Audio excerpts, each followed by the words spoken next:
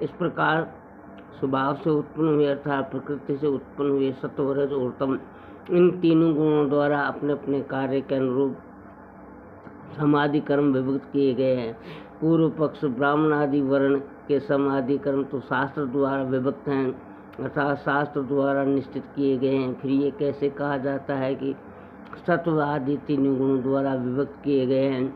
उत्तर पक्ष ये दोष नहीं है, क्योंकि शास्त्र द्वारा भी ब्राह्मण आदि के समाधि कर्म सत्वादि गुण भेदों की अपेक्षा से विभक्त किए गए हैं, बिना गुणों की अपेक्षा से नहीं, ऐसे शास्त्र द्वारा विभक्त किए गए ऐसा कहा जाता है।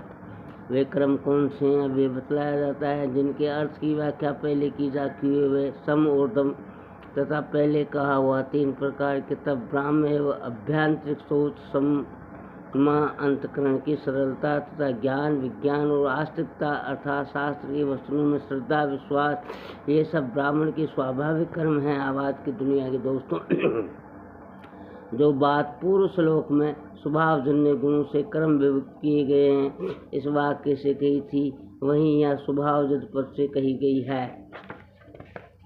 उस परमात्मा की पूजा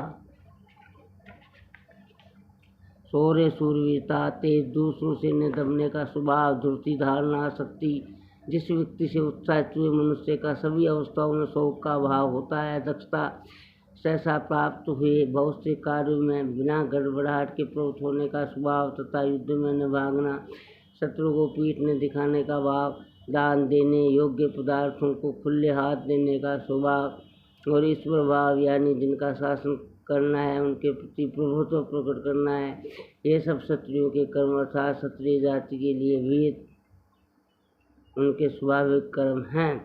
कृषि गोरक्षा और वाणिज्य ये तीनों वैश्य कर्म हैं, अर्थात वैश्य जाति का स्वाभाविक कर्म है। वैसे ही शूद्र का भी सेवा रूप कर्म स्वाभाविक कर्म है। ब्रह्मांड के उद्देश्य से कहे हुए इन कर्मों को भली प्रकार अनुष्ठान किए जाने पर श्लोक की प्राप्ति रूप स्वाभाविक फल होता है, क्योंकि अपने कर्मों में तत्पर हुए वर्णाश्रमावलंबी मरकर परलोक में कर्मों का फल भोग कर बचे हुए कर्म फल के अनुसार श्रेष्ठ देश काल जाति कुल धर्म आयु विद्या आचार धन सुख और मेधा आदि से युक्त जन्म ग्रहण करते हैं। इत्यादि स्मृति वचनों और पुराणों में भी वर्णाश्रमों के लिए अलग अलग लोक प्राप्ति रूप फल भेद बतलाया गया है, परंतु इन व्याहित कर्मों का दूसरे प्रकार से अनुष्ठान करने से जो फल प्राप्त होता है वह इस प्रकार है। अपने कर्मों तत्पर हुआ व्यक्ति संसति को प्राप्त होता है, अर्थात जिस प्रकार अपने निश्चित निकी स्वास्थ्य मात्र कृत कर्म का अनुष्ठान करते हुए अशुद्धि का अक्षय होने पर ज्ञान निष्ठा की योग्यता रूप सिद्धि की प्राप्ति होता है, वह तुम सुन।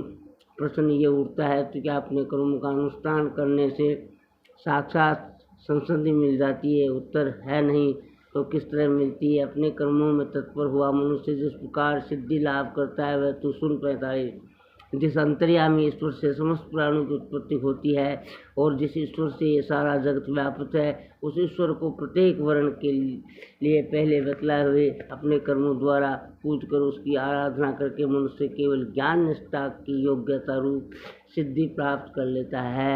आवाज की दुनिया के दोस्तों, ऐसा होने के कारण अपना गुण रहित भी धर्म दूसरे की भली प्रकार अनुष्ठान किए हुए धर्म से श्रेष्ठ है।